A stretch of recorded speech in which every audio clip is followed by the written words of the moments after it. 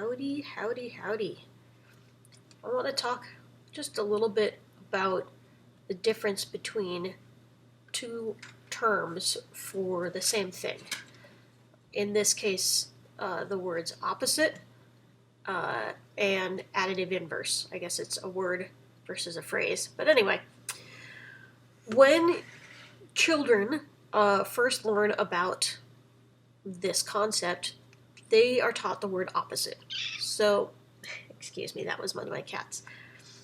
So, for example, they're told that -5 is the opposite of 5. And the reason for using that is they say, okay, well, let's put -5 on this number line here.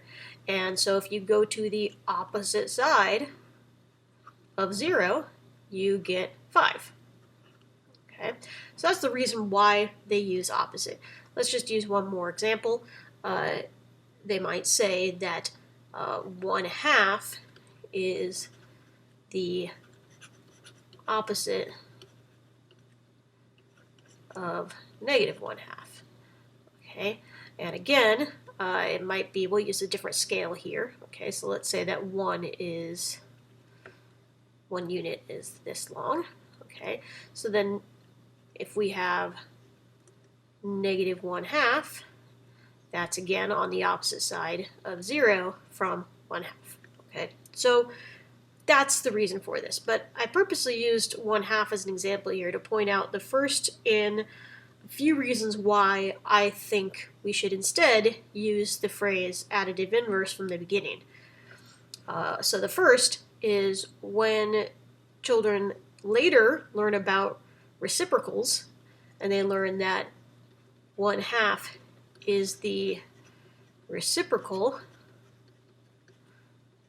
of 2, it's common for them to find this terminology a little weird because they might think of 1/2 as being kind of an opposite of 2.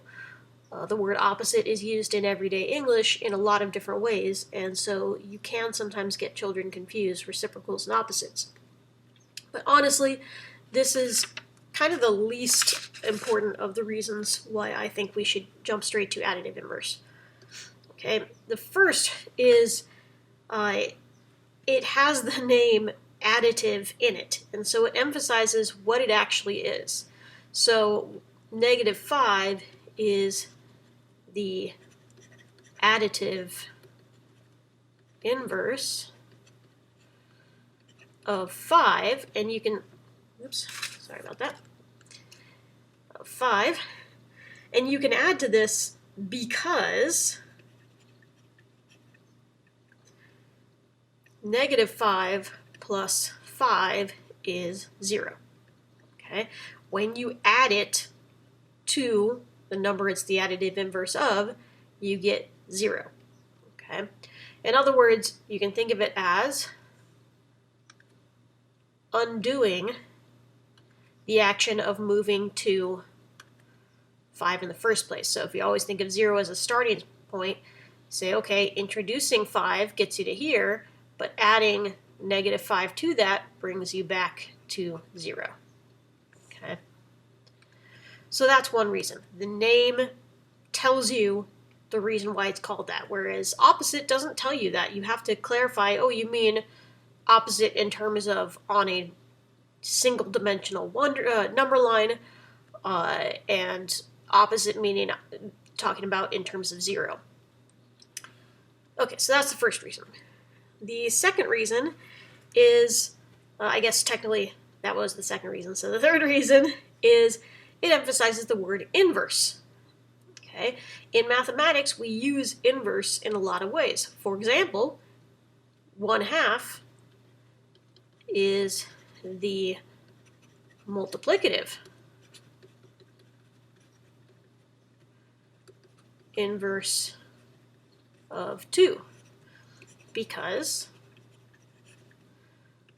1/2 times 2 equals 1.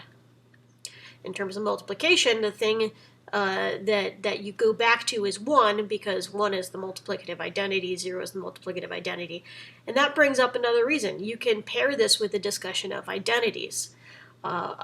You might not go into all the terminology. You might not say 0 is the additive identity, but you can pair this conversation with a talk about the fact that adding 0 to anything doesn't change the value, and multiplying by 1 doesn't change the value. Of course, later, when they first learn about algebra, that's when we start changing from opposite to additive inverse and reciprocal to multiplicative inverse. And that's because later in algebra, they'll be learning about inverse functions, and so we want to really emphasize this word inverse. There are other reasons for talking about it, but that is an advantage. Okay, so we got now emphasizing the word inverse. Before, we were emphasizing the word additive, and so those are some more advantages. But in my opinion, the best reason for not using opposite is the number 0. Okay, 0 seems special if you think of opposite, because then you would have to say 0 is its own opposite. And that feels weird to say that something is its own opposite, because that's not how we use the word opposite in everyday English. If you instead talk about additive inverse, it works the same way as everything else. 0 works the same as everything else. I'll say every other real number, since that's what we're really talking about right now. Okay, that's true when you use additive inverse. Why?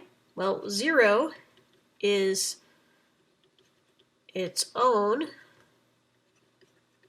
additive inverse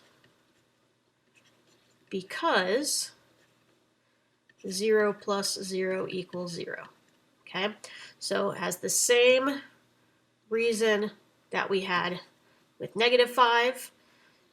It would be the same reason if we wrote 1/2 is the additive inverse of -1/2, because 1/2 plus -1/2 is 0. Okay, and in general, you can say -x is the additive inverse of x for any real number x.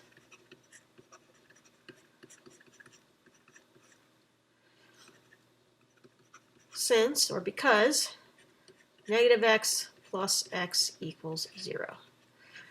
If we wanted to do this with the word opposite, you would have to say -x is the opposite of x because it's on the opposite side of 0 on a number line, or it's 0 itself. And that or kind of makes it a little funny.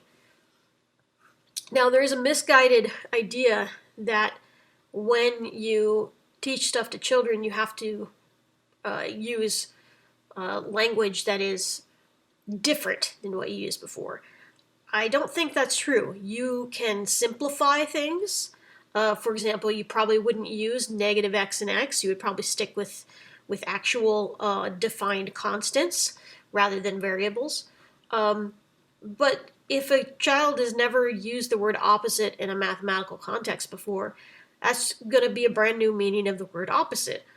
So they're already learning something new. And opposite isn't necessarily significantly simpler than additive inverse. It may feel like it is because there's a good chance that you learned about opposites before you learned about additive inverses, and maybe you didn't even learn about additive inverses. Maybe they were always called opposites, so it feels less familiar than opposite. But if someone's encountering them for the first time, they don't have that bias from experience, and therefore there's no reason to prefer opposite over additive inverse. Also, there's an advantage to using language slightly different than what we use in everyday discussion. The word opposite in everyday discussion can mean quite a lot of different things, whereas in math, we try to be as precise as possible. And so the fact that opposite is an everyday word we use can actually be a disadvantage. It can make math seem a little bit less precise.